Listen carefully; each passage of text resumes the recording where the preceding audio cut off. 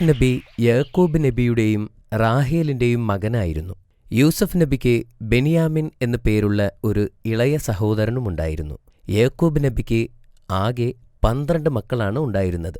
എങ്കിലും യാക്കൂബ് നബിക്ക് കൂടുതലിഷ്ടം യൂസഫ് നബിയോടും ബെന്യാമിനോടുമായിരുന്നു. അതുകാരണം മറ്റു സഹോദരങ്ങൾക്ക് യൂസഫ് നബിയോടും ബെന്യാമിനോടും അസൂയയുണ്ടായിരുന്നു. ഒരിക്കൽ യൂസഫ് നബി ഒരു സ്വപ്നം കണ്ടു. ആ സ്വപ്നത്തിൽ സൂര്യനും ചന്ദ്രനും കുറെ നക്ഷത്രങ്ങളും ഉണ്ടായിരുന്നു.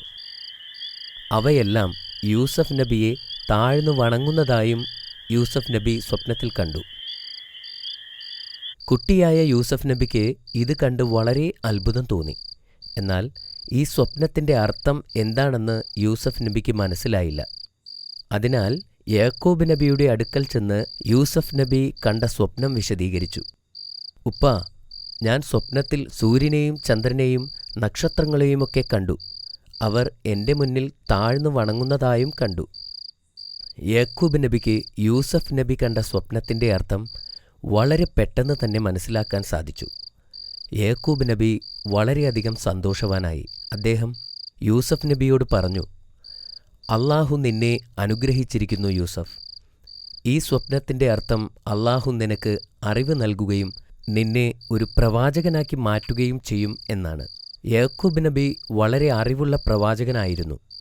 യൂസഫ് നബി കണ്ട സ്വപ്നം സഹോദരങ്ങൾ അറിഞ്ഞാൽ അത് അവരിൽ യൂസഫ് നബിയോടുള്ള ശത്രുത കൂട്ടാൻ ഇടയാക്കും എന്ന് അദ്ദേഹം മനസ്സിലാക്കി. അദ്ദേഹം യൂസഫ് നബിയോട് ഈ സ്വപ്നത്തെപ്പറ്റി നിന്റെ സഹോദരങ്ങൾ ആരും അറിയരുത് എന്നുപദേശിച്ചു. പക്ഷേ നിഷ്കളങ്കനായ യൂസഫ് നബി സഹോദരങ്ങളോട് തൻ്റെ സ്വപ്നത്തെപ്പറ്റി പറഞ്ഞു. ഈ സംഭവം അറിഞ്ഞ് അവരുടെ ദേഷ്യം ഇരട്ടിയായി വർദ്ധിച്ചു. ഉപ്പ, നമ്മളെക്കാൾ യൂസഫിനെ ഇഷ്ടപ്പെടാനുള്ള കാരണം എന്താണെന്നാണ് എനിക്ക് മനസ്സിലാകാത്തത്. ഒരുപക്ഷെ അവൻ നല്ല സുന്ദരനായതുകൊണ്ടായിരിക്കും. അവൻ്റെ ശല്യം ഇല്ലാതാക്കണം. നമുക്ക് അവനെ അങ്ങ് കൊന്നുകളഞ്ഞാലോ? പക്ഷേ നമ്മൾ എങ്ങനെ അവനെ കൊല്ലും? ദൂരെ എവിടെയെങ്കിലും കൊണ്ടുപോയി കൊന്നുകളയണം. അവനെ കൊല്ലേണ്ട ആവശ്യമില്ല. നമുക്ക് ആ കാണുന്ന പൊട്ടക്കിണറ്റിലേക്ക് വലിച്ചെറിയാം. ആരെങ്കിലും വന്ന് അവനെ പൊക്കിയെടുത്ത് അടിമയാക്കി ദൂരേക്ക് കൊണ്ടുപോയിക്കൊള്ളും. അതായിരിക്കും നല്ലത്. യൂസഫ് നബിയുടെ സഹോദരങ്ങൾ ഈ വിധം തന്ത്രങ്ങൾ മെനഞ്ഞുകൊണ്ടേയിരുന്നു. സഹോദരങ്ങൾ എല്ലാവരും ചേർന്ന് യാക്കൂബ് നബിയുടെ അടുത്തെത്തി. യൂസഫ് നബിയെ അവരുടെ കൂടെ അയക്കാനായി ആവശ്യപ്പെട്ടു. എന്നാൽ യാക്കൂബ് നബിക്ക് യൂസഫ് നബിയുടെ കാര്യത്തിൽ അല്പം ഭയമുണ്ടായിരുന്നു. കാരണം യൂസഫ് നബിയോട് മറ്റുള്ളവർക്കുള്ള അസൂയ യാക്കൂബ് നബിക്ക് അറിയാമായിരുന്നു. അദ്ദേഹം ആദ്യം സമ്മതിച്ചില്ല. യൂസഫ് ഞങ്ങളുടെ പ്രിയപ്പെട്ട സഹോദരനല്ലേ? ഞങ്ങൾ അവനെ പൊന്നുപോലെ നോക്കില്ലേ? പിന്നെ എന്തിനാണ് ഭയപ്പെടുന്നത്? ഞാൻ പേടിക്കുന്നത് നിങ്ങൾ കളിക്കുന്ന സമയം വല്ല ചെന്നായയും പിടിച്ചു കൊണ്ടുപോയാലോ എന്നാണ്. യാക്കൂബ് നബി പറഞ്ഞു, അവനെ ഞങ്ങളുടെ കൂടെ അയക്കൂ. ഒരു പോറൽ പോലും പറ്റാതെ ഞങ്ങൾ നോക്കിക്കൊള്ളാം. ഞങ്ങൾ ഒന്നിച്ചുണ്ടാകുമ്പോൾ എന്ത് അപകടം സംഭവിക്കാനാണ്? ഞങ്ങൾ എപ്പോഴും ഒന്നിച്ചുണ്ടാകുമല്ലോ. ഞങ്ങൾ അവനെ നോക്കിക്കൊള്ളാം. ഒരുപാട് നിർബന്ധിച്ചപ്പോൾ യാക്കൂബ് നബി യൂസഫ് നബിയെ പറഞ്ഞയക്കാൻ തയ്യാറായി.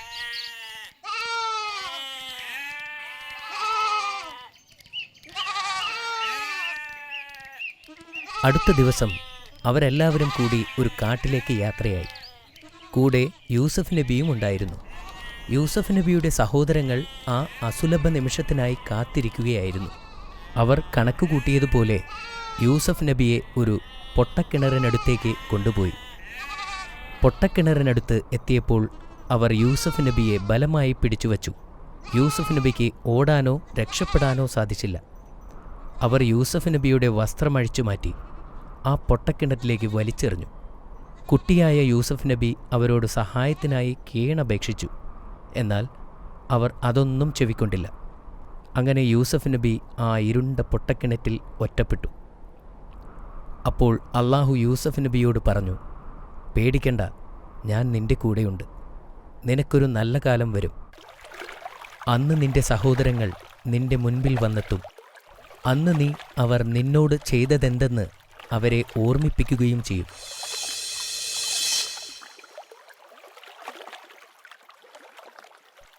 യൂസഫ് നബി കിണറിൻ്റെ അകത്ത് പാറക്കെട്ടുള്ള ഭാഗത്ത് സുരക്ഷിതമായി ഇരുന്നു.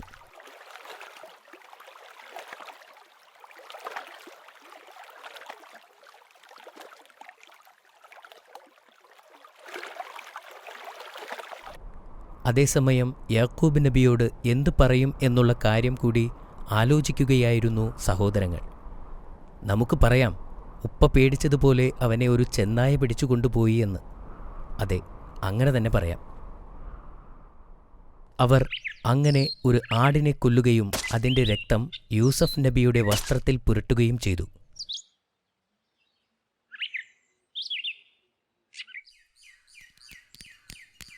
അവർ ഓടി യാക്കൂബ് നബിയുടെ അടുത്തെത്തി. ഉപ്പ, ഞങ്ങൾ യൂസഫിനെ ഞങ്ങളുടെ സാധനങ്ങൾ ഏൽപ്പിച്ച് കളിക്കാൻ പോയതായിരുന്നു. തിരിച്ചെത്തുമ്പോഴേക്കും അവനെ ഒരു ചെന്നായ കടിച്ചുകൊണ്ടുപോയി ഉപ്പ. അവർ ആ രക്തം പുരണ്ട വസ്ത്രം യാക്കൂബ് നബിയെ കാണിച്ചു. പക്ഷേ യാക്കൂബ് നബിക്ക് അവർ പറയുന്നത് കള്ളമാണെന്ന് മനസ്സിലായി. ഒരു ചെന്നായ കടിച്ചു കീറിയ വസ്ത്രം കീറിപ്പറിഞ്ഞ അവസ്ഥയിലായിരിക്കും. എന്നാൽ യൂസഫ് നബിയുടെ വസ്ത്രത്തിൽ രക്തം മുക്കുക മാത്രമാണ് ഉണ്ടായിട്ടുള്ളത്. യാക്കൂബ് നബി പറഞ്ഞു, ഇതാണോ നിങ്ങൾ മെനഞ്ഞുണ്ടാക്കിയ കഥ? ഈ കഥ ഞാൻ വിശ്വസിക്കില്ല. എൻ്റെ മകൻ വരുന്നതുവരെ ഞാൻ കാത്തിരിക്കും. അന്ന് രാത്രി യാക്കൂബ് നബിക്ക് ഉറങ്ങാൻ സാധിച്ചില്ല. അതേപോലെ യൂസഫ് നബിക്കും വളരെ ഭയാനകമായ അനുഭവമാണ് ഉണ്ടായത്. പിതാവിനും മകനും ഒരുപോലെ അസ്വസ്ഥത അനുഭവിച്ച രാത്രിയായിരുന്നു അന്ന്. അടുത്ത ദിവസം ഈജിപ്തിലേക്ക് യാത്ര പോകുകയായിരുന്ന ഒരു കച്ചവട സംഘം ആ കിണറിനടുത്ത് എത്താനിടയായി. അവർ കൂട്ടത്തിൽ ഒരാളെ കിണറിനടുത്തേക്ക് വെള്ളമെടുക്കാൻ പറഞ്ഞയച്ചു. കിണറിലേക്ക് വീണ പാത്രം കണ്ടപ്പോൾ യൂസഫ് നബിക്ക് സന്തോഷമായി. അദ്ദേഹം ആ കയറിൽ മുറുകെ പിടിച്ചു. എന്നാൽ വെള്ളമെടുക്കാൻ വന്ന ആൾക്ക് അത് പൊക്കിയെടുക്കാൻ സാധിച്ചില്ല. എന്തോ നിധി തടഞ്ഞിട്ടുണ്ട് എന്ന് അത്ഭുതപ്പെട്ട് തൻ്റെ കൂടെയുള്ളവരെ എല്ലാം സഹായത്തിന് വിളിച്ചു.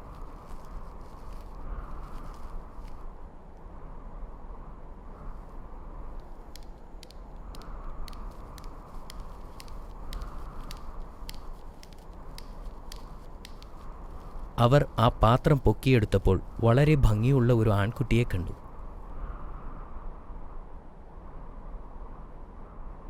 അവർ ഉടനെ ആലോചിച്ചു, ഈ സുമുഖനായ ബാലനെ ചന്തയിൽ കൊണ്ടുപോയി അടിമയാക്കി വിൽക്കാം. അങ്ങനെ അവർ യൂസഫ് നബിയെയും കൊണ്ട് ഈജിപ്തിലേക്ക് യാത്രയായി. കച്ചവടക്കാർ മാർക്കറ്റിൽ പോയി പ്രവാചകനെ ലേലത്തിന് വച്ചു. ഈ സുന്ദരനായ യുവാവിനെ ആര് വാങ്ങും? അവർ ഉച്ചത്തിൽ വിളിച്ചു ചോദിച്ചു. സുന്ദരനായ അസാധാരണ ബാലനെ കാണാൻ 100 കണക്കിന് ആളുകൾ തടിച്ചുകൂടി.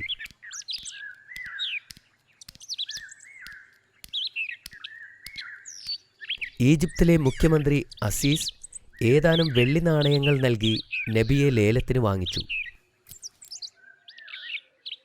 കൊട്ടാരത്തിലെത്തിയ ശേഷം നബിയുടെ ചങ്ങലകൾ നീക്കം ചെയ്യാൻ മുഖ്യമന്ത്രി ഭടന്മാരോട് ഉത്തരവിട്ടു.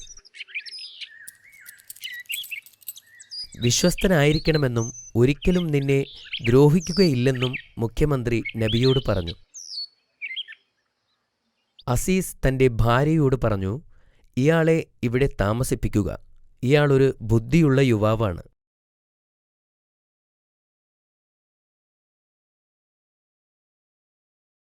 കൊട്ടാരത്തിലുള്ളവർ നബിയെ നന്നായി പരിപാലിച്ചു. എങ്കിലും താൻ ഒരു അഭയാർത്ഥിയാണെന്ന് നബിക്ക് അറിയാമായിരുന്നു. ആഴമുള്ള കിണറ്റിൽ നിന്നും ജീവനോടെ പുറത്തുവരാൻ സാധിച്ചതിലും കച്ചവടക്കാരുടെ കയ്യിൽ നിന്നും രക്ഷപ്പെടുത്തിയതിനും അദ്ദേഹം വീണ്ടും വീണ്ടും അള്ളാഹുവിനോട് നന്ദി പറഞ്ഞു. ഇപ്പോൾ അദ്ദേഹം കൊട്ടാരത്തിലെ എല്ലാ സുഖസൗകര്യങ്ങളും ആസ്വദിക്കുന്നുണ്ട്. അദ്ദേഹത്തിന് ധാരാളം ആഹാര സാധനങ്ങളും ലഭിക്കുന്നുണ്ട്. എന്നാലും സഹോദരന്മാരും മാതാപിതാക്കളും അടുത്തില്ലാത്തതിനാൽ വളരെ ദുഃഖമുണ്ടായിരുന്നു. തൻ്റെ ആഹ്ലാദകരമായ പെരുമാറ്റം കൊണ്ട് നബി എല്ലാവരുടെയും ഹൃദയത്തിൽ ഇടം നേടി. മുഖ്യമന്ത്രിയുടെ ഭാര്യയുടെ വ്യക്തിപരമായ ശുശ്രൂഷകനാകുകയും ചെയ്തു. അവർ കണ്ടിട്ടുള്ളതിൽ വച്ച് ഏറ്റവും നല്ല മനുഷ്യനായി യൂസഫ് നബിയെ കണ്ടു. ആളുകൾ നബിയുടെ സൗന്ദര്യത്തിൽ ആകൃഷ്ടരായി. നബിയുടെ മുഖത്ത് പ്രതിഫലിക്കുന്നത് ആത്മാവിൻ്റെ വിശുദ്ധിയായിരുന്നു. അദ്ദേഹം വളർന്നപ്പോൾ അറിവും വിജ്ഞാനവും നേടി. പെട്ടെന്ന് തന്നെ അദ്ദേഹം നല്ലൊരു പ്രഭാഷകനായി. എപ്പോഴും ജനങ്ങളെ ആകർഷിച്ചിരുന്ന ഒരു വ്യക്തിത്വമായിരുന്നു അദ്ദേഹത്തിൻ്റേത്. യൂസഫ് നബി തൻ്റെ ജീവിതത്തിൽ കണ്ട ഏറ്റവും സത്യസന്ധനും മാന്യനുമായ വ്യക്തിയാണെന്ന് അദ്ദേഹത്തിൻ്റെ യജമാനൻ തിരിച്ചറിഞ്ഞു. കുറച്ചുനാൾ കഴിഞ്ഞ് അദ്ദേഹം ഭവനഭരണത്തിൻ്റെ മേലധികാരിയായി. മുഖ്യമന്ത്രിക്ക് തൻ്റെ മകനെപ്പോലെയായിരുന്നു അദ്ദേഹം. മുഖ്യമന്ത്രിയുടെ ഭാര്യ സുലൈഖയ്ക്ക് യൂസഫിനോട് ആരാധന തോന്നി. അവർ സംസാരിച്ചുകൊണ്ടിരിക്കുമ്പോൾ പോലും അദ്ദേഹത്തെ ശ്രദ്ധിച്ചുകൊണ്ടിരുന്നു. അപ്പോൾ അവൾക്ക് പ്രവാചകനോടുള്ള അഭിനിവേശം വർദ്ധിച്ചു. പ്രവാചകനോടുള്ള ഭ്രാന്തമായ സ്നേഹത്താൽ അവൾക്ക് ഉറക്കമില്ലാത്ത രാത്രികളായി. സുലൈഖയ്ക്ക് തൻ്റെ ആഗ്രഹങ്ങളെ പിടിച്ചു നിർത്താൻ കഴിഞ്ഞില്ല. ഒരിക്കൽ പ്രവാചകൻ കിടപ്പറയിൽ ഒറ്റയ്ക്കായിരുന്നപ്പോൾ അവൾ നബിയെ ചുംബിക്കാൻ ശ്രമിച്ചു. യൂസഫ് നബി അള്ളാഹുവിന് കീഴ്പ്പെട്ടവനായിരുന്നു. അദ്ദേഹം അവളെ വിട്ടുപോയി. പ്രവാചകന്റെ നിരസനം സുലൈഖയുടെ ആവേശമുയർത്തി. വാതിലിനു നേരെ നീങ്ങുകയായിരുന്ന നബിയെ പിന്തുടർന്ന് അദ്ദേഹത്തിൻ്റെ കുപ്പായത്തിൽ കയറിപ്പിടിച്ചു. അദ്ദേഹത്തിൻ്റെ കുപ്പായം കീറിയെടുത്ത് കീറിയ കഷ്ണം തുണി അവളുടെ കയ്യിലുണ്ടായിരുന്നു.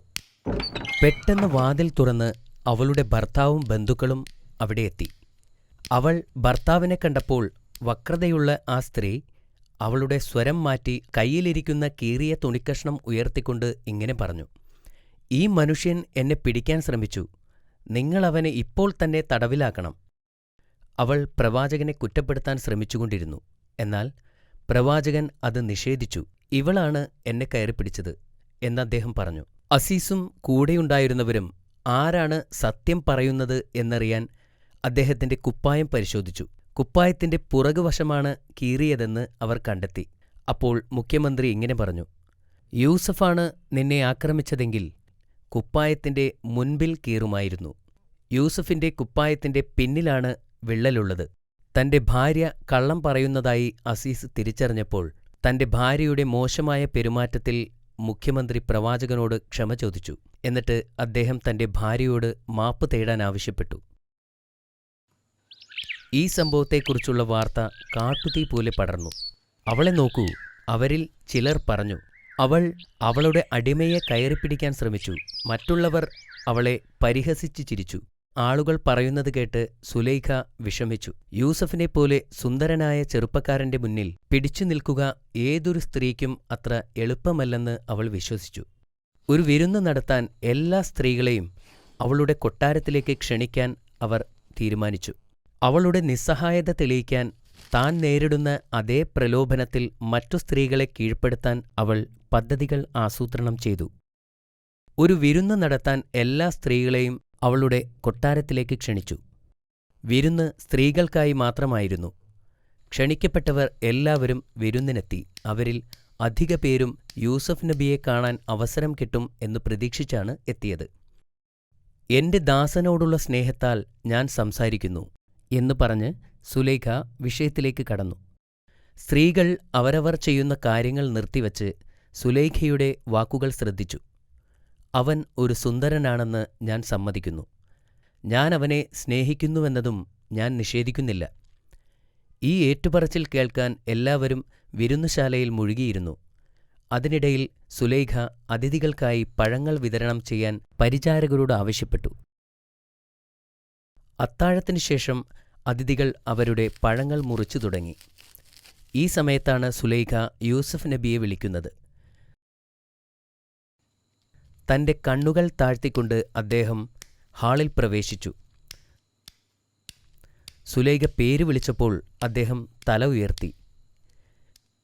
യൂസഫ് നബിയുടെ മുഖം കണ്ടപ്പോൾ അതിഥികൾ വിസ്മയഭരിതരായിരുന്നു. നബിയുടെ മുഖം സൗന്ദര്യം കൊണ്ട് തിളങ്ങുന്നതായിരുന്നു. അത് നിഷ്കളങ്കതയെ പ്രതിഫലിപ്പിച്ചു. പഴങ്ങൾ മുറിക്കുകയായിരുന്ന അവർ ആശ്ചര്യപ്പെട്ടു. അവരുടെ കണ്ണുകൾ പ്രവാചകന്റെ മുഖത്തായിരുന്നു. പ്രവാചകനെ തന്നെ ശ്രദ്ധിച്ചിരുന്ന അവർ സ്വന്തം കൈകൾ മുറിക്കാൻ തുടങ്ങി. അവരുടെ കൈകളിൽ നിന്നും രക്തം ഒഴുകുന്ന കാര്യം ആരും ശ്രദ്ധിച്ചിരുന്നില്ല. അതിനുശേഷം സുലൈഖ എഴുന്നേറ്റ് നിന്ന് പറഞ്ഞു, നിങ്ങൾ നിങ്ങളുടെ കൈകളിലേക്ക് നോക്കുക. സ്ത്രീകൾ അവരുടെ കൈകളിൽ നോക്കി. അപ്പോഴാണ് കൈകളിൽ നിന്നും രക്തം ഒഴുകുന്നത് കണ്ടത്. അവർ ആ മുറിവുകൾ തങ്ങളുടെ തൂവാലകൾ കൊണ്ട് ചുറ്റിക്കെട്ടി. ഞാൻ അദ്ദേഹത്തെ കുറ്റപ്പെടുത്തുന്നില്ല, സുലൈഖ പറഞ്ഞു തുടങ്ങി. അദ്ദേഹത്തെ വശീകരിക്കാൻ ഞാൻ ശ്രമിച്ചതാണെന്ന് നിരസിക്കുന്നുമില്ല. നിങ്ങളും അവനെ കണ്ട് മതിമറന്നു. നിങ്ങളുടെ കൈകൾക്ക് സംഭവിച്ച കാര്യങ്ങൾ നോക്കുക. അദ്ദേഹം വീണ്ടും എന്റെ കൽപ്പന അനുസരിക്കാതിരുന്നാൽ ഞാൻ അദ്ദേഹത്തെ തടവിലാക്കും എന്നും അവൾ പറഞ്ഞു. പ്രവാചകൻ കുറ്റബോധമില്ലാതെ ശാന്തമായി മറുപടി പറഞ്ഞു, ജയിലിൽ പോകാൻ ഞാൻ ആഗ്രഹിക്കുന്നു. പ്രവാചകൻ കണ്ണുകൾ താഴ്ത്തിക്കൊണ്ട് മുറിവിട്ടുപോയി. ആ രാത്രിയിൽ സുലൈഖ തന്റെ ഭർത്താവിനെ ബോധ്യപ്പെടുത്തി. അവളുടെ മുഖം രക്ഷിക്കാനുള്ള ഒരേയൊരു വഴി പ്രവാചകനെ തടവിലാക്കുക എന്നതായിരുന്നു. മുഖ്യമന്ത്രി ഒരു മകനെപ്പോലെ പ്രവാചകനെ സ്നേഹിച്ചിരുന്നു. യൂസഫ് നിരപരാധിയാണെന്ന കാര്യം അദ്ദേഹത്തിന് അറിയാമായിരുന്നു. യൂസഫിനെപ്പോലെ വിശ്വസ്തനായ മറ്റൊരു മനുഷ്യനെ ഇതുവരെ കണ്ടുമുട്ടിയിട്ടുമില്ലായിരുന്നു. അസീസ് യൂസഫിനെ അറസ്റ്റ് ചെയ്യാനും ജയിലിലടയ്ക്കാനും ഉത്തരവിട്ടു. നിരപരാധിയായ ഒരു മനുഷ്യനെ ജയിലിലടയ്ക്കാൻ അദ്ദേഹത്തിന് അത്ര എളുപ്പമല്ലായിരുന്നു. എന്നിരുന്നാലും അയാൾക്ക് മറ്റൊരു മാർഗവുമില്ലായിരുന്നു. അപ്പോഴാണ് അദ്ദേഹത്തിന് മൂന്നാമത്തെ പരീക്ഷണം നേരിടേണ്ടി വന്നത്. പ്രവാചകൻ തന്റെ മൂന്നാമത്തെ പരീക്ഷണം നേരിടേണ്ടിയിരുന്നത് തടവറയിലായിരുന്നു. ഈ കാലഘട്ടത്തിലാണ് അല്ലാഹു അദ്ദേഹത്തിന് അസാധാരണമായ ഒരു സമ്മാനം നൽകിയത്.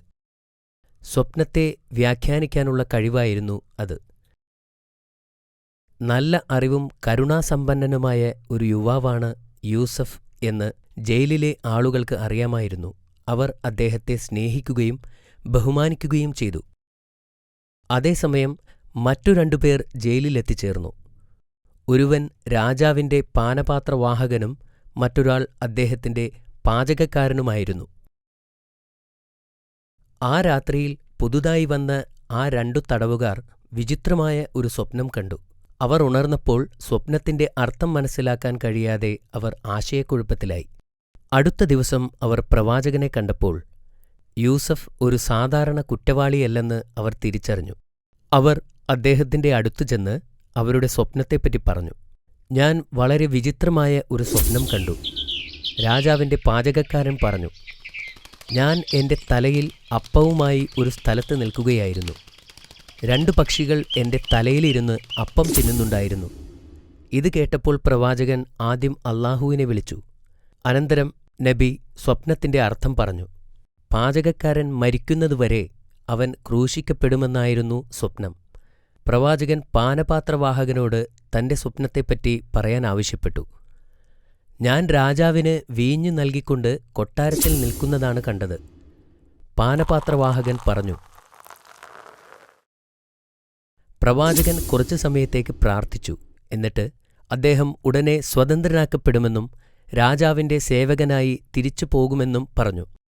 തന്നെക്കുറിച്ച് രാജാവിനോട് സംസാരിക്കണമെന്നും യൂസഫ് എന്നു പേരുള്ള നിരപരാധിയായ ഒരു ആത്മാവ് തടവറയിലുണ്ടെന്ന കാര്യം രാജാവിനോട് പറയണമെന്നും പ്രവാചകൻ പാനപാത്രവാഹകനോട് ആവശ്യപ്പെട്ടു. പ്രവാചകൻ മുൻകൂട്ടി പ്രവചിച്ചതുപോലെ സംഭവിച്ചു. പാചകക്കാരൻ കുരിശിലേറ്റപ്പെടുകയും പാനപാത്രവാഹകൻ കൊട്ടാരത്തിലേക്ക് മടങ്ങുകയും ചെയ്തു. എന്നാൽ അയാൾ ജോലിയിൽ തിരിച്ചെത്തിയ ഉടൻ ശൈത്താൻ അയാൾക്ക് പ്രവാചകനെക്കുറിച്ച് മറവി നൽകി. അതിനാൽ യൂസഫ് നബിക്ക് കുറച്ചു വർഷക്കാലം കൂടി ജയിലിൽ കഴിയേണ്ടി വന്നു. കുറച്ചു വർഷങ്ങൾക്കു ശേഷം ഒരു രാത്രി രാജാവ് തന്റെ കൊട്ടാരത്തിൽ ഉറങ്ങുകയായിരുന്നു. ഉറക്കത്തിൽ രാജാവ് വിചിത്രമായ ഒരു സ്വപ്നം കണ്ടു. സ്വപ്നത്തിൽ രാജാവ് നൈൽ നദീതീരത്ത് നിൽക്കുകയായിരുന്നു. പെട്ടെന്ന് തന്നെ നദിയിലെ വെള്ളം കുറഞ്ഞു വരുന്നതായി കണ്ടു. അടിയിലെ ചെളി തെളിഞ്ഞു കാണാം. വെള്ളമില്ലാതെ മീനുകൾ രക്ഷപ്പെടാൻ വേണ്ടി ചാടുന്നു. തുടർന്ന് വെള്ളത്തിൽ നിന്നും 7 തടിച്ചു കൊഴുത്ത പശുക്കൾ ഉയർന്നു വരികയും അവയെ മെലിഞ്ഞുണങ്ങിയ 7 പശുക്കൾ പിന്തുടരുന്നതും അദ്ദേഹം കണ്ടു. മെലിഞ്ഞ പശുക്കൾ കൊഴുത്ത പശുക്കളെ വിഴുങ്ങാൻ തുടങ്ങി. രാജാവ് ഇത് കണ്ട് ഭയന്നു. അതിനുശേഷം നദീതീരത്ത് 7 പച്ചിലച്ചെടികൾ വളരുകയും പെട്ടെന്ന് അവ അപ്രത്യക്ഷമാവുകയും ചെയ്തു. പിന്നീട് അതിൻ്റെ സ്ഥാനത്ത് 7 ഉണങ്ങിയ ചെടികൾ വളർന്നു. രാജാവ് തൻ്റെ സ്വപ്നത്തിൽ നിന്നും ഞെട്ടിയുണർന്നു. സ്വപ്നത്തിൻ്റെ അർത്ഥം മനസ്സിലാക്കാൻ കഴിയാത്തതിനാൽ അയാൾക്ക് ഞെട്ടലും വിഭ്രാന്തിയുമുണ്ടായി. അടുത്ത ദിവസം രാജാവ് തൻ്റെ മന്ത്രിമാരെയും പുരോഹിതന്മാരെയും ഉപദേശകരെയും വിളിച്ചുകൂട്ടി തൻ്റെ സ്വപ്നത്തെപ്പറ്റി അവരോട് പറഞ്ഞു. ഇതൊരു വിചിത്രമായ കുഴപ്പിക്കുന്ന സ്വപ്നമാണ്. താങ്കൾ ഒരുപക്ഷേ കൂടുതൽ ഭക്ഷണം കഴിച്ചതുകൊണ്ടാവാം. പുരോഹിതന്മാർ പറഞ്ഞു. നിങ്ങൾ ഒരു പുതപ്പില്ലാതെ ഉറങ്ങിയതുകൊണ്ടാവാം. മന്ത്രി പറഞ്ഞു. ഇത് ഒരു ദുസ്വപ്നം മാത്രമാണെന്നും അതിനെക്കുറിച്ച് വിഷമിക്കേണ്ട കാര്യമില്ലെന്നും അവരെല്ലാവരും പറഞ്ഞു. ഈ വാർത്ത പാനപാത്രവാഹകനിലുമെത്തി. അദ്ദേഹം ജയിലിലടയ്ക്കപ്പെട്ടപ്പോൾ കണ്ട സ്വപ്നത്തെക്കുറിച്ച് ഓർത്തു. പെട്ടെന്ന് അദ്ദേഹത്തിന് യൂസഫ് നബിയെക്കുറിച്ച് ഓർമ്മ വന്നു. അദ്ദേഹം രാജാവിൻ്റെ അടുത്തേക്ക് ഓടിച്ചെന്ന് പ്രവാചകനെപ്പറ്റി പറഞ്ഞു. കാരാഗൃഹത്തിലായിരുന്നപ്പോൾ തൻ്റെ സ്വപ്നം വ്യാഖ്യാനിച്ച കാര്യം രാജാവിനോട് പറഞ്ഞു. യൂസഫ് നബി തൻ്റെ നിരപരാധിത്വത്തെക്കുറിച്ച് രാജാവിനോട് പറയാൻ ആവശ്യപ്പെട്ടിരുന്നു. എന്നാൽ ഞാനത് മറന്നുപോയി. ഉടനെ രാജാവ് അയാളെ പ്രവാചകനെ കാണാൻ പറഞ്ഞയച്ചു. പാനപാത്രവാഹകൻ പ്രവാചകനെ കണ്ടുമുട്ടി രാജാവിൻ്റെ സ്വപ്നത്തെക്കുറിച്ച് പറഞ്ഞു. പ്രവാചകൻ അല്ലാഹുവിനോട് പ്രാർത്ഥിക്കുകയും പിന്നീട് സ്വപ്നത്തിൻ്റെ അർത്ഥം വിശദീകരിക്കുകയും ചെയ്തു. രാജ്യത്ത് 7 വർഷം സമ്പന്നമായ വിളവെടുപ്പുണ്ടാകും. അദ്ദേഹം പറഞ്ഞു. മണ്ണിൽ നന്നായി കൃഷി ചെയ്താൽ നല്ല വിളവുണ്ടാകും. ആളുകൾക്ക് ധാരാളം ഭക്ഷണമുണ്ടാകും. ഇതിനെ തുടർന്ന് രാജ്യത്ത് 7 വർഷത്തെ വരൾച്ചയുണ്ടാകും. ആവശ്യത്തിന് ഭക്ഷണമുണ്ടാവില്ല. ഈജിപ്ത് മുഴുവൻ ദാരിദ്ര്യത്തിലാവും. യൂസഫ് നബിയെ ജയിൽ മോചിതനാക്കാനും തൻ്റെ മുൻപിൽ ഹാജരാക്കാനും രാജാവ് ആജ്ഞാപിച്ചു.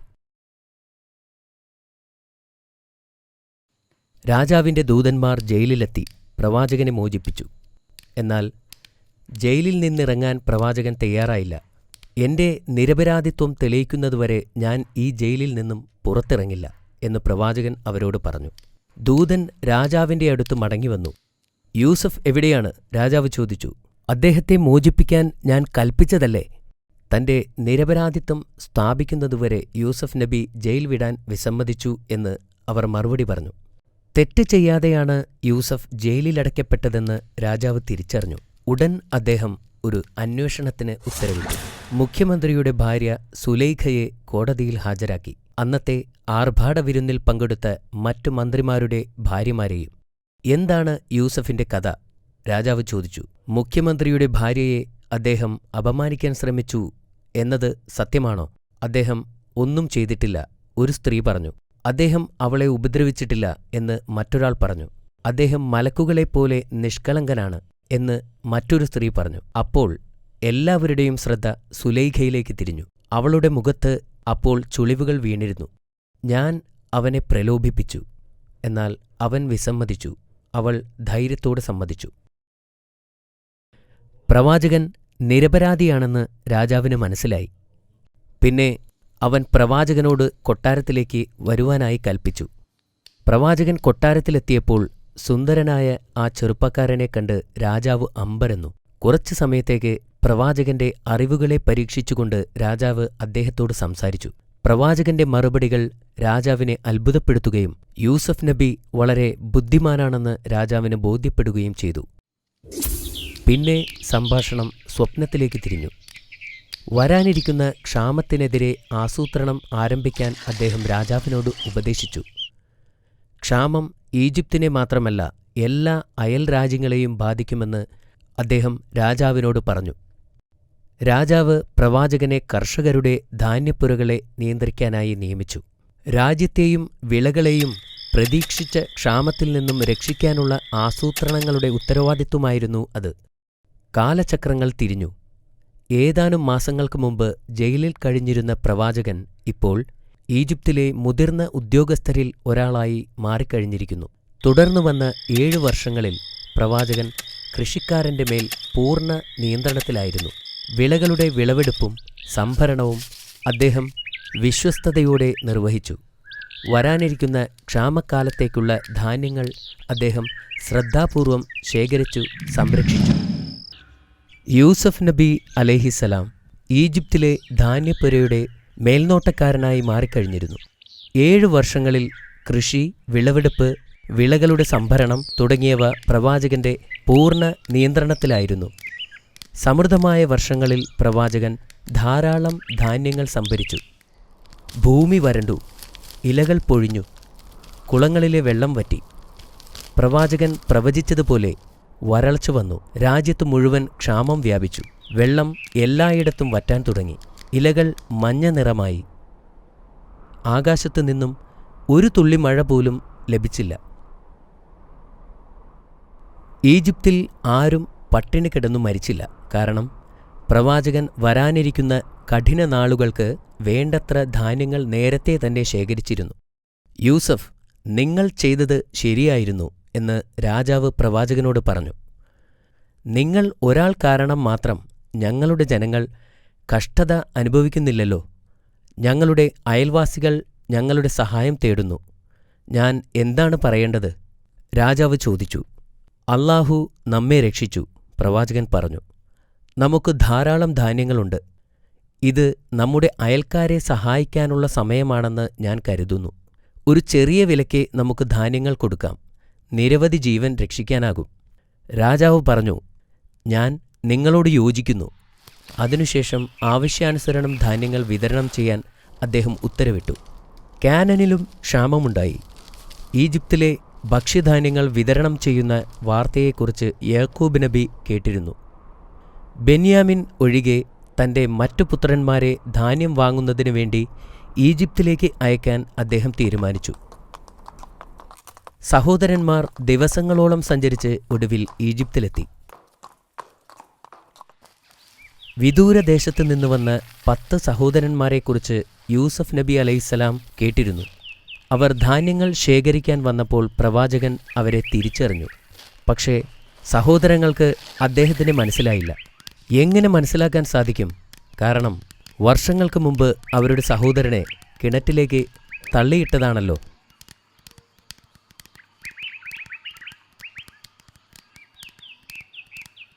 പ്രവാചകൻ അവരെ കണ്ടുമുട്ടി. അദ്ദേഹം അവരെ സ്നേഹത്തോടെ സ്വാഗതം ചെയ്തു. ധാന്യങ്ങൾ നൽകിയതിനു ശേഷം അവർ എവിടെ നിന്നു വരുന്നു എന്ന് ചോദിച്ചു. ഞങ്ങൾ 11 സഹോദരങ്ങൾ മഹാനായ ഒരു പ്രവാചകന്റെ മക്കളാണ്. ഞങ്ങൾ കാനനിൽ നിന്ന് വന്നവരാണ്, അവർ മറുപടി നൽകി. ഞാൻ ഇവിടെ 10 പേരെ മാത്രമേ എണ്ണിയിട്ടുള്ളൂ എന്ന് പ്രവാചകൻ അവരോട് പറഞ്ഞു. പിതാവിൻ്റെ ആവശ്യപ്രകാരം ഒരു സഹോദരനെ വീട്ടിൽ നിർത്തിയിരിക്കുകയാണ് എന്നവർ പറഞ്ഞു. ഇത് കേട്ടപ്പോൾ പ്രവാചകന്റെ കണ്ണുകൾ നിറഞ്ഞു. അദ്ദേഹം തൻ്റെ ബാപ്പയെയും തൻ്റെ ചെറിയ സഹോദരനെയും കാണാൻ ആഗ്രഹിച്ചു. നിങ്ങൾ സത്യസന്ധരാണോ എന്ന് അദ്ദേഹം ചോദിച്ചു. സഹോദരങ്ങൾക്ക് ആശയക്കുഴപ്പമുണ്ടായി. ഞങ്ങൾ എന്തിന് താങ്കളോട് കള്ളം പറയണം? അവർ അദ്ദേഹത്തോട് ചോദിച്ചു. നിങ്ങൾ പറയുന്നത് സത്യമാണെങ്കിൽ നിങ്ങളുടെ ഇളയ സഹോദരനെ എൻ്റെ മുൻപിൽ കൊണ്ടുവരിക. അങ്ങനെയെങ്കിൽ നിങ്ങൾക്ക് ഞാൻ ഇരട്ടി ധാന്യങ്ങൾ തരാം. അല്ലെങ്കിൽ ഇനി ഒരിക്കലും ഈജിപ്തിലേക്ക് പ്രവേശിക്കരുത്. അദ്ദേഹം മുന്നറിയിപ്പ് നൽകി. പ്രവാചകൻ തൻ്റെ ജോലിക്കാരനോട് ഒരു ചെറിയ പണക്കിഴി കൊടുത്ത് അത് അവരുടെ ഒരു ചാക്കിനകത്ത് രഹസ്യമായി വയ്ക്കുവാൻ പറഞ്ഞു. ദിവസങ്ങൾക്കു ശേഷം അവർ കാനനിലെത്തി. തങ്ങളുടെ പിതാവിനെ വന്ദിച്ചുകൊണ്ട് പറഞ്ഞു, ബെന്യാമിൻ ഞങ്ങളോടൊപ്പം വരാതിരുന്നതുകൊണ്ട് ഞങ്ങൾക്ക് ചില വസ്തുക്കൾ നിഷേധിച്ചു. ബെന്യാമിനെ ഞങ്ങളോടൊപ്പം വരാൻ അനുവദിക്കുകയാണെങ്കിൽ കൂടുതൽ ധാന്യങ്ങൾ നൽകാൻ തയ്യാറാണെന്ന് മേലധികാരി ഞങ്ങളോട് വാഗ്ദാനം ചെയ്തിരിക്കുന്നു. ഞങ്ങളുടെ കൂടെ അവനെ പറഞ്ഞയക്കുക.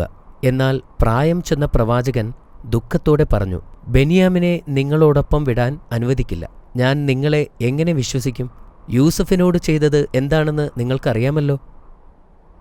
പിന്നീട് ധാന്യം നിറച്ച ചാക്കുകൾ തുറന്നപ്പോൾ പണക്കിഴി കണ്ട് അവർ അത്ഭുതപ്പെട്ടു. പിതാവേ, ആ മഹാനായ ഉദ്യോഗസ്ഥൻ നമ്മുടെ പണം മടക്കി നൽകിയിരിക്കുന്നു. നമ്മുടെ സഹോദരനെ അവർ ദ്രോഹിക്കില്ല എന്നതിൻ്റെ തെളിവാണിത്. എന്നാൽ പ്രവാചകൻ വീണ്ടും നിരസിച്ചു. കുറച്ചു മാസങ്ങൾക്ക് ശേഷം അവരുടെ ധാന്യങ്ങൾ തീർന്നു തുടങ്ങി. യാക്കൂബ് നബി തൻ്റെ മക്കളോട് വീണ്ടും ഈജിപ്തിലേക്ക് പോകാൻ ആവശ്യപ്പെട്ടു. ബെന്യാമിൻ ഇല്ലാതെ ഞങ്ങൾക്ക് അവിടെ പോകാൻ കഴിയില്ല എന്ന് ഒരു സഹോദരൻ പറഞ്ഞു. ഈജിപ്തിലെ ഉദ്യോഗസ്ഥൻ നൽകിയ മുന്നറിയിപ്പ് അവർ അദ്ദേഹത്തെ ഓർമ്മിപ്പിച്ചു. പ്രവാചകൻ അവസാനം സമ്മതിച്ചു. പക്ഷേ അവർ ബെന്യാമിനെ സുരക്ഷിതമായി തിരികെ കൊണ്ടുവരാമെന്ന് പ്രതിജ്ഞ ചെയ്തതിനു ശേഷം മാത്രമായിരുന്നു അത്. നിങ്ങൾ വാഗ്ദാനം ചെയ്തിട്ടുള്ളതിന് അല്ലാഹു സാക്ഷിയാണ്. അവർ പോകുന്നതിനു മുമ്പ് അദ്ദേഹം അവരെ ഓർമ്മിപ്പിച്ചു. പ്രവാചകൻ അവരെ അനുഗ്രഹിക്കുകയും അവരുടെ സംരക്ഷണത്തിനായി പ്രാർത്ഥിക്കുകയും ചെയ്തു. അവർ ദിവസങ്ങളോളം മരുഭൂമിയിലൂടെ സഞ്ചരിച്ചു. സഹോദരന്മാർ ബെന്യാമിനെ നന്നായി പരിപാലിച്ചു. അവർ ഈജിപ്തിലെത്തിയപ്പോൾ യൂസഫ് നബി അവരെ സ്നേഹത്തോടെ സ്വീകരിച്ചു. അദ്ദേഹം അവർക്ക് ഒരു വിരുന്നൊരുക്കി. അദ്ദേഹം അവർക്ക് ജോഡികളായി കസേരയിട്ടു. തൻ്റെ പ്രിയപ്പെട്ട സഹോദരനായ ബെന്യാമിൻ്റെ അടുത്ത് അദ്ദേഹം ഇരുന്നു. ബെന്യാമിൻ കരയുന്നത് അദ്ദേഹം കണ്ടു. നീ എന്തിനാണ് കരയുന്നത്? അദ്ദേഹം തൻ്റെ ഇളയ സഹോദരനോട് ചോദിച്ചു. എൻ്റെ സഹോദരൻ യൂസഫ് ഇവിടെ ഉണ്ടായിരുന്നെങ്കിൽ ഞാൻ അദ്ദേഹത്തിൻ്റെ അടുത്തു തന്നെ ഇരിക്കുമായിരുന്നു എന്ന് ബെന്യാമിൻ പറഞ്ഞു. ആ രാത്രി പ്രവാചകനും ബെന്യാമിനും ഒറ്റയ്ക്കായിരുന്നു. ആ സമയത്ത് പ്രവാചകൻ തൻ്റെ സഹോദരനോട് ചോദിച്ചു, നിനക്ക് എന്നെ നിന്റെ സഹോദരനെപ്പോലെ കാണാൻ കഴിയുമോ? ബെന്യാമിൻ ബഹുമാനപൂർവ്വം മറുപടി പറഞ്ഞു, ഒരിക്കലും തൻ്റെ സഹോദരൻ്റെ സ്ഥാനത്ത് കാണാൻ കഴിയില്ല. ഇത് കേട്ട് പ്രവാചകൻ തകർന്നുപോയി. ബെന്യാമിൻ, ഞാൻ നിങ്ങളുടെ നഷ്ടപ്പെട്ട സഹോദരനാണ്. വർഷങ്ങൾ കഴിഞ്ഞ് വിധി നമ്മെ ഒന്നിപ്പിച്ചിരിക്കുകയാണ്. ബെന്യാമിന് ഇത് കേട്ടപ്പോൾ ഭയങ്കര സന്തോഷമായി. ഞാൻ പറയുന്നത് ശ്രദ്ധിക്കുക. സമയമാകുന്നതുവരെ ഇത് രഹസ്യമായി സൂക്ഷിക്കണം, പ്രവാചകൻ പറഞ്ഞു. ബെന്യാമിൻ സമ്മതിച്ചു. അവൻ പ്രവാചകനെ കെട്ടിപ്പിടിച്ചു. സന്തോഷം കൊണ്ട് കണ്ണു നിറയുകയും ചെയ്തു. അടുത്ത ദിവസം സഹോദരന്മാർ ധാന്യച്ചാക്കുകൾ കയറ്റിക്കൊണ്ടിരിക്കുന്ന സമയത്ത് യൂസഫ് നബി തൻ്റെ ജോലിക്കാരനോട് ബെന്യാമിൻ്റെ ചാക്കിനകത്ത് സ്വർണത്തിൻ്റെ അളവ് പാത്രം രഹസ്യമായി വയ്ക്കാൻ ആവശ്യപ്പെട്ടു. സഹോദരന്മാർ പുറത്തേക്ക് പോകാൻ ഒരുങ്ങിയപ്പോൾ പടയാളികൾ ഓടിവന്നു. സഹോദരന്മാരെ, അവിടെ നിൽക്കൂ, നിങ്ങൾ മോഷ്ടാക്കളാണ്, പടയാളികൾ ആക്രോശിച്ചു. ചുറ്റുമുള്ള ജനങ്ങൾ ഇത് കേട്ടു. അവർ സഹോദരന്മാർക്ക് ചുറ്റും കൂടി. ആശയക്കുഴപ്പത്തിലായ സഹോദരന്മാർ ചോദിച്ചു, എന്താണ് നിങ്ങൾക്ക് നഷ്ടപ്പെട്ടത്? രാജാവിൻ്റെ സ്വർണ്ണക്കപ്പ് എന്ന് സൈനികൻ പറഞ്ഞു. ഞങ്ങൾ ഇവിടെ മോഷ്ടിക്കാൻ വന്നതല്ല എന്ന് മറ്റൊരു സഹോദരൻ പറഞ്ഞു. സഹോദരങ്ങളെ ചോദ്യം ചെയ്യാൻ പ്രവാചകൻ ഒരു സൈനികനോട് നിർദ്ദേശിച്ചു. മോഷണത്തിന് എന്ത് ശിക്ഷയാണ് നിങ്ങൾ നൽകുന്നത്? ഞങ്ങളുടെ നിയമമനുസരിച്ച് മോഷ്ടിച്ച ആൾ വസ്തുവകകളുടെ ഉടമയ്ക്ക് അടിമയായി തീരും, ഒരു സഹോദരൻ പറഞ്ഞു. ഈജിപ്തിലെ നിയമത്തിനു പകരം ഞങ്ങൾ നിങ്ങളുടെ നിയമം നടപ്പാക്കാൻ പോകുന്നു, ഒരു സൈനികൻ പറഞ്ഞു. അവർ അവരുടെ ചാക്കുകൾ ഓരോന്നായി തിരയാൻ തുടങ്ങി. ബെന്യാമിൻ്റെ ചാക്കെത്തിയപ്പോൾ അവർ അതിൽ നിന്നും സ്വർണ്ണക്കപ്പ് പുറത്തെടുത്തു. സഹോദരങ്ങൾ ഞെട്ടി. അവർ പിതാവിനെക്കുറിച്ചും പിതാവിന് നൽകിയ പ്രതിജ്ഞയെക്കുറിച്ചും ഓർത്തു. അവർ ദയയ്ക്കുവേണ്ടി പ്രവാചകനോട് യാചിക്കാൻ തുടങ്ങി. അവന് പകരം ഞങ്ങളിൽ ഒരാളിനെ കൊണ്ടുപോവുക, അവർ അപേക്ഷിച്ചു. പ്രവാചകൻ ശാന്തമായി മറുപടി പറഞ്ഞു, രാജകീയ പാത്രം മോഷ്ടിച്ചതറിഞ്ഞിട്ട് എനിക്കെങ്ങനെ അവനെ വെറുതെ വിടാൻ കഴിയും? അത് പാപമാണ്. സഹോദരന്മാരിൽ മൂത്തവനായ ജൂദ ദുഃഖത്തോടുകൂടി പറഞ്ഞു, ബെന്യാമിനെ തിരികെ കൊണ്ടുവരുമെന്ന് പിതാവിന് ഞങ്ങൾ വാഗ്ദാനം ചെയ്തിട്ടുണ്ട്. എന്റെ പിതാവ് എന്നെ അനുവദിക്കുന്നതുവരെ, അല്ലെങ്കിൽ ബെന്യാമിനെ സ്വതന്ത്രനാക്കുന്നതുവരെ ഞാൻ ഇവിടം വിട്ടു പോവുകയില്ല. ജൂദയെ അവിടെ ഉപേക്ഷിച്ച് സഹോദരങ്ങൾ യാത്രയായി. അയാൾ അവിടെ ബെന്യാമിന്റെ വിധിക്കു വേണ്ടി കാത്തിരുന്നു. ജൂദയുടെ പെരുമാറ്റം വീക്ഷിക്കാൻ പ്രവാചകൻ രഹസ്യമായി ഏർപ്പാട് ചെയ്തു. പ്രവാചകൻ സഹോദരന്മാരുടെ ആത്മാർത്ഥത പരിശോധിക്കുകയായിരുന്നു. അവരുടെ സഹോദരനു വേണ്ടി അവർ മടങ്ങിവരണമെന്ന് അദ്ദേഹം ആഗ്രഹിച്ചിരുന്നു. കുറേ ദിവസം യാത്ര ചെയ്ത ശേഷം സഹോദരന്മാർ അവരുടെ വീട്ടിലെത്തി. പിതാവേ, അങ്ങയുടെ മകൻ മോഷ്ടിച്ചു, ഒരു സഹോദരൻ പറഞ്ഞു. വൃദ്ധനായ ആ പ്രവാചകൻ ആശയക്കുഴപ്പത്തിലായി. അവർ എന്താണ് അർത്ഥമാക്കിയതെന്ന് അദ്ദേഹത്തിന് മനസ്സിലായില്ല. സംഭവിച്ചതെന്തെന്ന് വിശദീകരിക്കാൻ അദ്ദേഹം അവരോട് പറഞ്ഞു. കൊട്ടാരത്തിൽ ഒരു വിരുന്ന് നൽകപ്പെട്ടതും ധാന്യങ്ങൾ കിട്ടിയതും ബെന്യാമിൻ്റെ ചാക്കിൽ നിന്നും രാജാവിൻ്റെ സ്വർണ്ണക്കപ്പ് കണ്ടെത്തിയതുമെല്ലാം സഹോദരന്മാർ അദ്ദേഹത്തോട് വിവരിച്ചു കൊടുത്തു. പ്രവാചകൻ അവരുടെ കഥ കേട്ടപ്പോൾ അതിൽ ദൈവത്തിന്റെ കൈ ഉണ്ടെന്നും അല്ലാഹു നബിയെ പരീക്ഷിക്കുന്നതാണെന്ന് അദ്ദേഹത്തിന് അറിയാമായിരുന്നു. അല്ലെങ്കിൽ അദ്ദേഹത്തിന്റെ പുത്രന്മാരിൽ 2 പേരെക്കുറിച്ചോർത്ത് അദ്ദേഹത്തിന് കഷ്ടപ്പെടേണ്ടി വരില്ലായിരുന്നു. ഒരുപക്ഷെ അല്ലാഹു 2 പേരെയും എനിക്ക് തിരികെ തരുമായിരിക്കും. തീർച്ചയായും അല്ലാഹു സർവശക്തനും യുക്തിമാനുമാകുന്നു. പ്രാർത്ഥനയിൽ ആശ്വാസം കണ്ടെത്തിയ അദ്ദേഹം വിശ്വാസവും സഹിഷ്ണുതയും ബലപ്പെടുത്തി. പ്രവാചകൻ തന്റെ മകൻ യൂസഫിന്റെ നഷ്ടം മൂലം വർഷങ്ങളോളം കരഞ്ഞു. ഇപ്പോൾ അദ്ദേഹം ബെന്യാമിനു വേണ്ടിയും കരയുന്നു. അനേക വർഷങ്ങൾ വിലപിച്ച ശേഷം പ്രവാചകന് ഇപ്പോൾ കാഴ്ച നഷ്ടപ്പെട്ടു. പിതാവേ, എന്തിനാണ് താങ്കൾ എപ്പോഴും ഇങ്ങനെ വിഷമിക്കുന്നത്? പുത്രന്മാർ അദ്ദേഹത്തോട് ചോദിച്ചു. എന്റെ ദുഃഖവും വിഷമവും ഞാൻ അല്ലാഹുവിനോട് വിശദീകരിക്കുന്നു. നിങ്ങൾക്ക് അറിയാത്തത് ഞാൻ അല്ലാഹുവിങ്കൽ നിന്ന് അറിയുന്നുണ്ട്, പ്രവാചകൻ പറഞ്ഞു. അദ്ദേഹം വീണ്ടും തന്റെ പുത്രന്മാരോട് ഈജിപ്തിലേക്ക് പോകാൻ ആവശ്യപ്പെട്ടു. അദ്ദേഹത്തിന് പ്രതീക്ഷ നഷ്ടപ്പെട്ടിട്ടില്ലായിരുന്നു.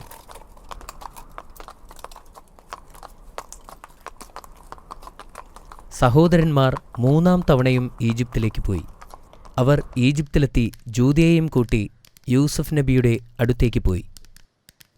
സ്വന്തം സഹോദരന്മാരുടെ ദുഃഖങ്ങൾ അധികനേരം കേട്ടുനിൽക്കാൻ അദ്ദേഹത്തിന് കഴിഞ്ഞില്ല. അദ്ദേഹം ചിന്തിച്ചു, എത്രനാൾ എനിക്ക് ആ സത്യം മറച്ചുപിടിക്കാനാവും? എന്റെ പിതാവിനെ കാണാതെ എത്രനാൾ എനിക്ക് കഴിയാനാവും? അദ്ദേഹം അവരോട് ചോദിച്ചു, നിങ്ങളുടെ അറിവില്ലായ്മ കൊണ്ട് യൂസഫിനോടും അവന്റെ സഹോദരനോടും നിങ്ങൾ ചെയ്തതെന്താണെന്ന് നിങ്ങൾക്കറിയുമോ?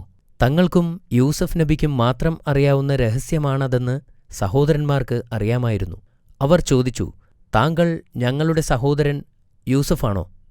അതെ, ഞാൻ യൂസഫാകുന്നു. അദ്ദേഹം പറഞ്ഞു, ബെന്യാമിൻ എന്റെ സഹോദരനാണ്. അല്ലാഹു ഞങ്ങളോട് ഔദാര്യം കാണിച്ചിരിക്കുന്നു. ആര് അല്ലാഹുവിനോട് ഭക്തിയുള്ളവരും ക്ഷമയുള്ളവരുമാകുന്നുവോ അല്ലാഹു അവർക്ക് പ്രതിഫലം നൽകുക തന്നെ ചെയ്യും. സഹോദരന്മാർ ഭയന്ന് വിറച്ചു. എന്നാൽ യൂസഫ് നബി അവരെ ആശ്വസിപ്പിച്ചു. അവർ പറഞ്ഞു, ഞങ്ങൾ പാപം ചെയ്തവരാണ്. അല്ലാഹു നിങ്ങൾക്ക് പൊറത്തു തരട്ടെ. പ്രവാചകൻ പറഞ്ഞു, അവൻ പരമകാരുണികനും കരുണാനിധിയുമാകുന്നു. പല ഉത്തരവാദിത്വങ്ങളും തനിക്കുണ്ടായിരുന്നതിനാൽ അദ്ദേഹത്തിന് ഈജിപ്റ്റ് വിട്ട് പോകുവാൻ സാധ്യമല്ലായിരുന്നു. അതുകൊണ്ടുതന്നെ അവരുടെ കയ്യിൽ അദ്ദേഹത്തിന്റെ ഒരു കുപ്പായം കൊടുത്തുകൊണ്ട് പറഞ്ഞു, നിങ്ങൾ എന്റെ ഈ കുപ്പായം കൊണ്ടുപോയിട്ട് എന്റെ പിതാവിന്റെ മുഖത്ത് തടവുക. അദ്ദേഹത്തിന് കാഴ്ച ലഭിക്കും. പിന്നെ കുടുംബവുമായി ഇങ്ങോട്ട് വരിക. സഹോദരന്മാർ അത് സമ്മതിച്ചു. അവർ കാനാനിലേക്ക് പോയി. യാത്രാസംഘം കാനാനിലെത്തിയപ്പോൾ തന്നെ യാക്കോബ് നബിക്ക് തന്റെ മകൻ യൂസഫ് നബിയുടെ സുഗന്ധം വായുവിലൂടെ ലഭിച്ചു. അദ്ദേഹം പെട്ടെന്ന് എഴുന്നേറ്റ് തന്റെ പുത്രന്മാരുടെ ഭാര്യമാരുടെ അടുത്തേക്ക് പോയി. യാക്കോബ് നബി തന്റെ മുറിയിൽ നിന്നും പുറത്തിറങ്ങിയിരിക്കുന്നു. മൂത്ത മകന്റെ ഭാര്യ പറഞ്ഞു, ഇന്ന് നിങ്ങൾക്ക് എന്തുപറ്റി? മറ്റേയാൾ ചോദിച്ചു. എനിക്ക് യൂസഫിന്റെ സുഗന്ധം വായുവിലൂടെ ലഭിച്ചു. പ്രവാചകൻ മറുപടി പറഞ്ഞു. അവർക്ക് യാതൊരു പ്രത്യാശയുമില്ലെന്ന് പറഞ്ഞ് അദ്ദേഹത്തെ തനിച്ചുവിട്ടു. ആ രാത്രിയിൽ നോമ്പ് തുറക്കുവാനായി അദ്ദേഹം ഒരു ഗ്ലാസ് പാൽ ആവശ്യപ്പെട്ടു. പുത്രന്മാർ സമീപത്തെത്താറായപ്പോൾ പ്രവാചകൻ അല്ലാഹുവിനോട് പ്രാർത്ഥിക്കുകയായിരുന്നു. അവർ വീടിനടുത്തെത്തിയപ്പോൾ പ്രവാചകൻ പുറത്തേക്ക് വന്നു. അവരോട് ചോദിച്ചു, ഞാൻ യൂസഫിന്റെ സുഗന്ധം വായുവിലറിയുന്നു. ഇത് സത്യമാണോ അതോ തോന്നലാണോ? അങ്ങ് തീർച്ചയായും തെറ്റിദ്ധരിക്കപ്പെട്ടിരിക്കുന്നു എന്ന് ഭാര്യമാരിൽ ഒരാൾ പറഞ്ഞു. പക്ഷെ പ്രവാചകൻ പറഞ്ഞത് സത്യമായിരുന്നു. അനന്തരം ആ സന്തോഷവാർത്തയുമായി അവരെത്തി.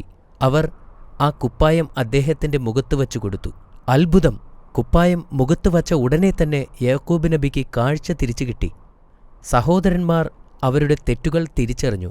ഞങ്ങൾ പാപങ്ങൾ ചെയ്തുപോയി. ഞങ്ങളുടെ പ്രവൃത്തിയിൽ ഞങ്ങൾ ക്ഷമ ചോദിക്കുന്നു. അവർ പ്രവാചകനോട് പറഞ്ഞു, ഞാൻ നിങ്ങൾക്കു വേണ്ടി അല്ലാഹുവിനോട് മാപ്പപേക്ഷിക്കാം.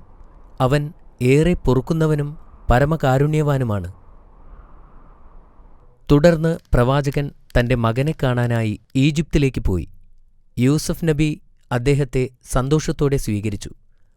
പിന്നെ യൂസഫ് നബി തന്റെ പിതാവിനെ സിംഹാസനത്തിലിരുത്തി. പ്രവാചകന്റെ സന്തോഷത്തിന് അതിരില്ലായിരുന്നു. അദ്ദേഹത്തിന്റെ പിതാവും സഹോദരന്മാരും യൂസഫ് നബിയുടെ മുമ്പിൽ പ്രണാമം ചെയ്തു. യൂസഫ് നബി പറഞ്ഞു, ഇതായിരുന്നു ഞാൻ ചെറുപ്പമായിരുന്നപ്പോൾ കണ്ട സ്വപ്നം. 11 നക്ഷത്രങ്ങളും സൂര്യനും ചന്ദ്രനും എനിക്കു മുൻപിൽ സാഷ്ടാംഗം പ്രണമിക്കുന്നു.